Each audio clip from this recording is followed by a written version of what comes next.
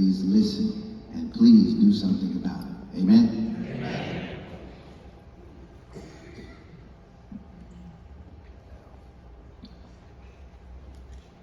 Give it up for Pastor Hughes and Third Baptist Church for having us. Let me tell you that particularly if you are a member of Third Baptist, your pastor was on call with a whole lot of pastors. And at the end of that call, folks wanted to do something. And so your pastor immediately picked up his phone and called me and said, Alderman, it's time to move.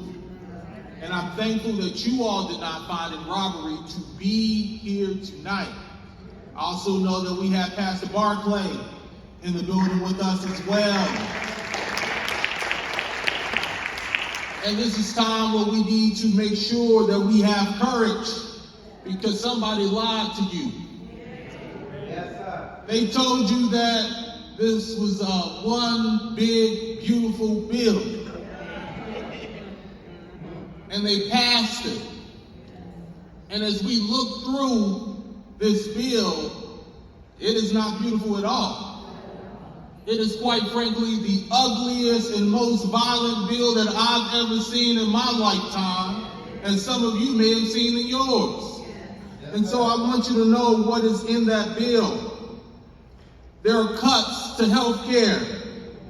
$1 trillion from Medicaid that's going to cost Chicago upwards of $300 million. There are cuts to food assistance to the tune of $186 billion in SNAP and food assistance. There's cut to housing, $2 billion. $2 billion is being cut from housing to support those who are unhoused. There are cuts to public transportation and public education. You all know about the red line extension that we've been working for almost 60 years now since it was first put in. You all know the conditions of our schools and how we've been fighting to promote for a Black student success plan. Well, $2.1 billion is being withheld from public transportation and $1.8 billion more from Chicago public schools. There are cuts to community safety. And when we see the federal invasion in our streets, that's the lie again that they tell that they're here to promote safety. But when we ask, well, what are you going to do? They didn't give an answer.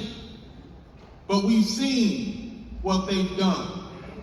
We've seen that no matter what color you are, no matter what tax bracket you are in, you can still get shoved to the ground and zip tied with your hands behind your back.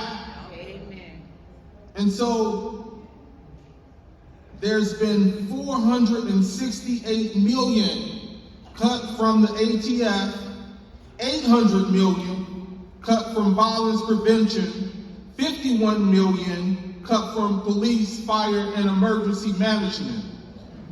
These cuts are attacks on our most vulnerable, for sure, but anyone who lives in America. And when you have someone who says that they love America, no, not when you attack the most American of American cities, the world-class city, the city that we are living in here right now, the city of Chicago. You don't love America, you hate America.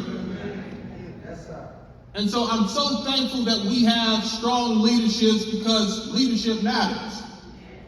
And we have someone in Congress fighting for us week after week, despite this shutdown that is going into tomorrow, this 19th day. He still shows up to work every week fighting for us. Let me hear you say fighting for us. Because it's not going to just take courage. But it's going to take us being here in moments like this, organizing to make sure that we send a strong, clear message. That we won't turn our backs to this. That we won't go down without a fight. That we will persevere and prevail. And so please, give a warm welcome to our 1st District Congressional member, Congressman Jonathan Jackson.